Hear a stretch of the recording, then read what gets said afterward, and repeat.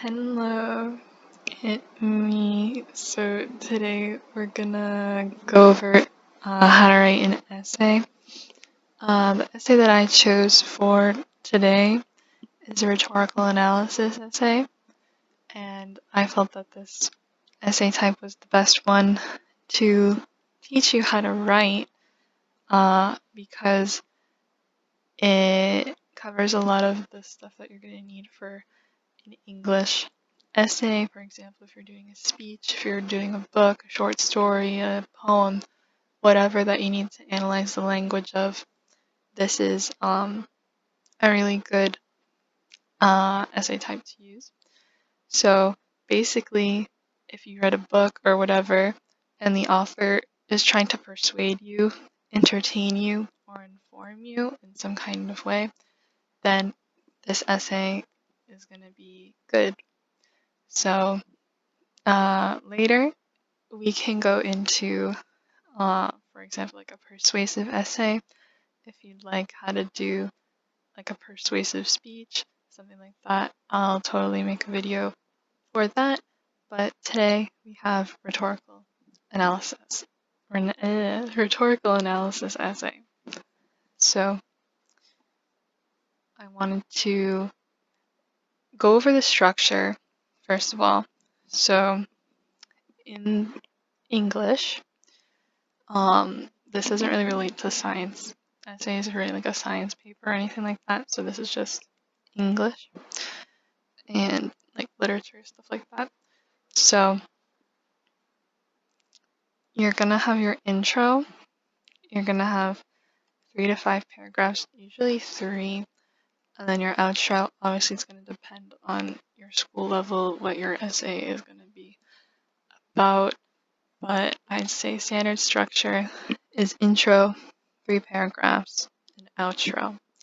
So this might be similar to how you would write an essay in your language. I know in Japan it's not like that. I know that they don't repeat the information as much as we do, and it's kind of insulting to them if you were to do an American or English styled essay. So let's go over the structure. So in your intro, you're gonna want to start off with your hook. So the hook sentence is what you want to grab your reader with. So you really want to get their attention. This is like if your reader's gonna read your essay, this is the first thing they're gonna see. They're gonna be like, kind of boring. I don't want to read that. Or maybe you'll be able to really get them enticed, and then you'll be able to have them read your whole essay without, being bored. So a good way to do a hook sentence is if you want to use a statistic, if you want to use a joke, if you're able to, if you want to use a quote, if you want to ask a question, any of those are fine. If you're doing a speech, I would say you have a little bit more wiggle room with the joke. For example, you can really win over a room with a joke. But it is very risky because no one could laugh, and then yeah, you're kind of done for. But anyways, hook sentence, nice. Then you want to give some basic, like context or like background because you're assuming that your reader has never read what you're talking about. So you just want to give necessary context, a few sentences. You don't need a whole summary of the entire book or whatever. So yeah. And then most important is your thesis. So this is your 3-point thesis, usually. So you want to make sure that you answer the prompt, you answer the question that you're given, and you also talk about the author's purpose. So that doesn't necessarily need to be in your thesis, I guess, but you should definitely have that in your intro, and if you can, try and incorporate it into your thesis. So yeah, 3-point thesis. And for example, if you're analyzing a speech from Queen Elizabeth and you say Queen Elizabeth Queen Elizabeth makes is like Queen Elizabeth persuades her army by using blank blank and blank blah blah blah, and then that's your thesis. So if I said using like ethos, syntax, and diction, she's able to win them over through ethos, syntax, and diction, then I'm gonna have one paragraph on ethos, one paragraph on syntax, and my third paragraph is gonna be on diction. So if you have more than 3 paragraphs, you're not really gonna write like a 5-point thesis, but you should be able to split those paragraphs up into bigger concepts, I guess. And yeah. Okay.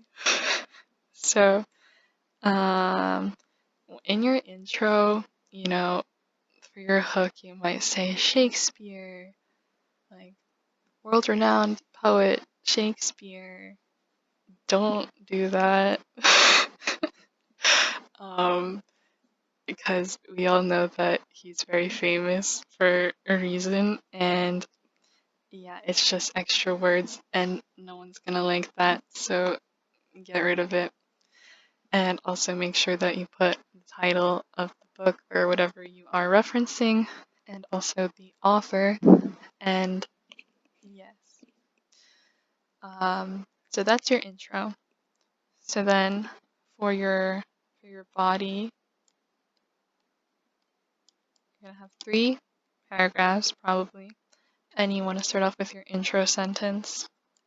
So you just want to introduce ethos in this case, talk about what you're going to talk about, and then you want to use quotes, data, stats. I would say use at least 3 of whatever you have, 3 quotes, 3 statistics, anything like that, depending on what you're writing about. And keep your quotes short. You don't want to have like a huge chunk of text and then you're like, this proves. No, that's not your essay. This is just copy and paste what everybody else has said, and then you don't even offer any analysis or any deeper thought. So make sure you keep it at least like no more than 3 lines. As in you're typing, like you don't want it to take up more than 3 of those.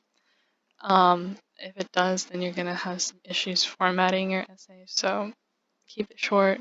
Get rid of the stuff that you don't need, but don't change the quote completely. And yeah. So with your quotes, make sure you don't just drop your quotes in there. Like, I'm gonna start my sentence, and then you just put a quote. Don't do that. Make sure you introduce the quote and how it relates and what the just a little bit of context. I mean, you don't need the whole summary of the book, or like Hamlet talks to Horatio and he says whatever. You just need the important part. And yeah, don't drop quotes.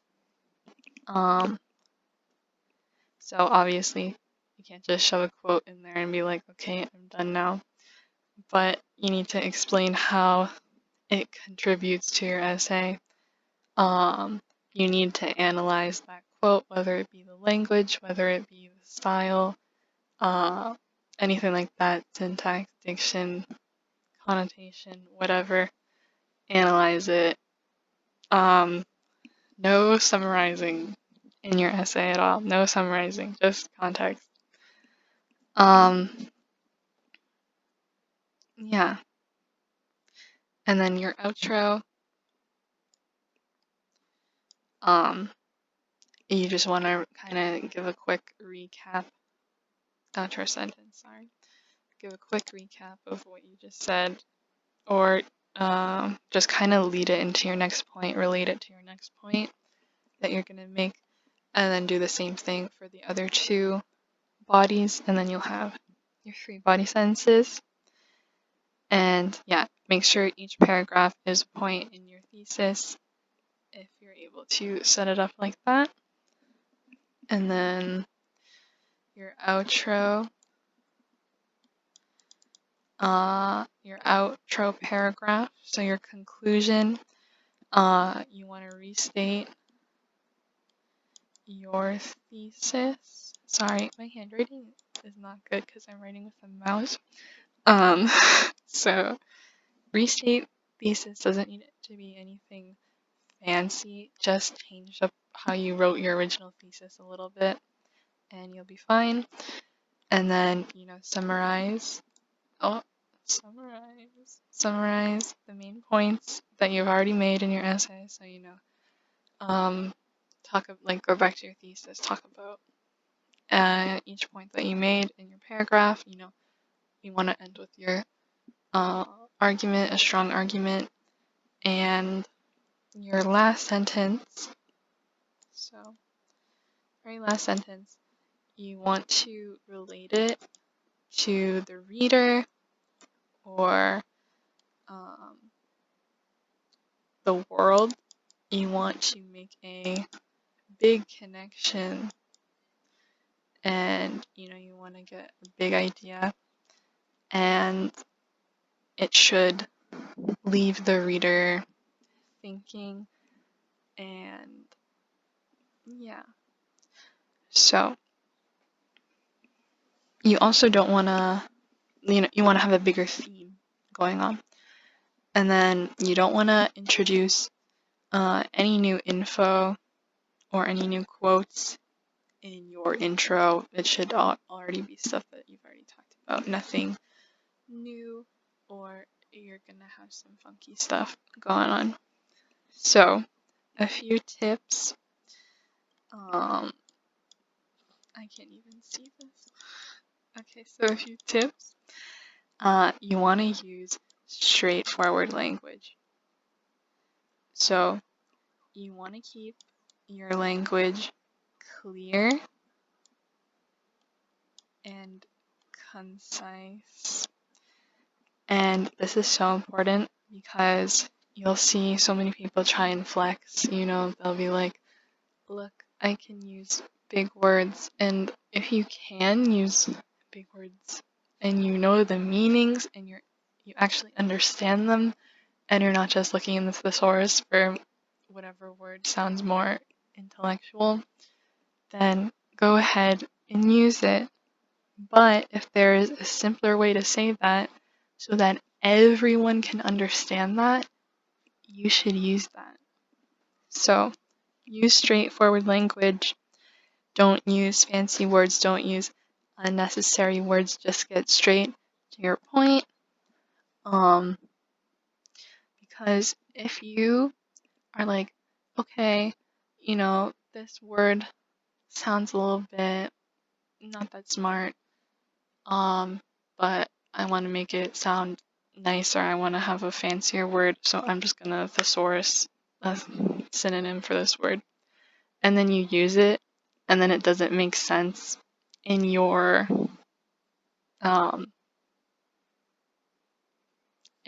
essay, then it's gonna look worse because you tried to sound smart and it backfired. And you don't need big words to sound smart. Just make your points and you'll be fine. You'll sound smart just by making a good point. So you'll be fine. Like, I guess an example of this would be like, she was skinny. If you write, She was really skinny.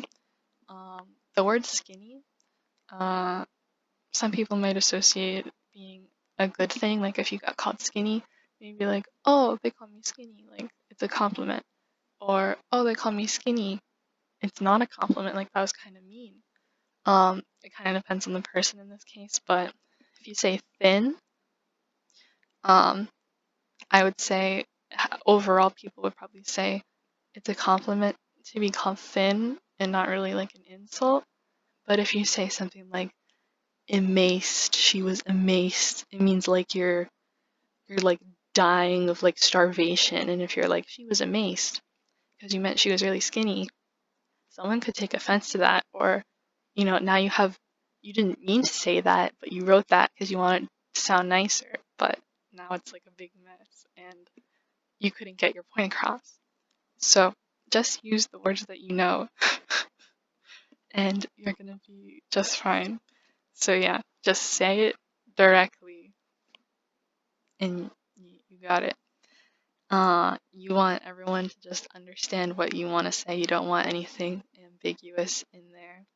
So another tip is when you're using your sources, I would say use at least 5, at least 3 at the very least, but I would say 5 is a good number.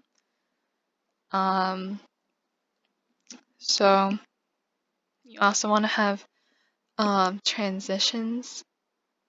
So for example, just in your essay, firstly, secondly, lastly, overall, things like that, good transition words, and also good transitions going from your paragraph to the next. You want to have a smooth transition from the outro of your body paragraph to the intro of your new body paragraph. So yeah. Another huge thing, never, ever, ever start your essay with a definition. According to Merriam-Webster, Oxford Dictionary, blah blah blah means blah blah blah. Blah. No, no, no, no, no, no. Do not do that. Your teacher is going to rip you apart. Do not do that. If you want to talk about a definition in your essay, go ahead. Don't do it in your intro, and do not do it as your hook.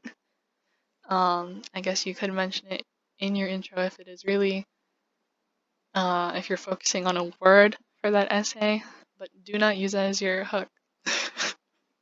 You'll be better off in a body paragraph, and make sure you talk about why you used that in the first place.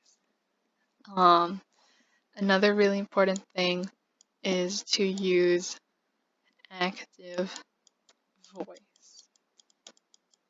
You should not use any passive voice. Nothing. No passive voice.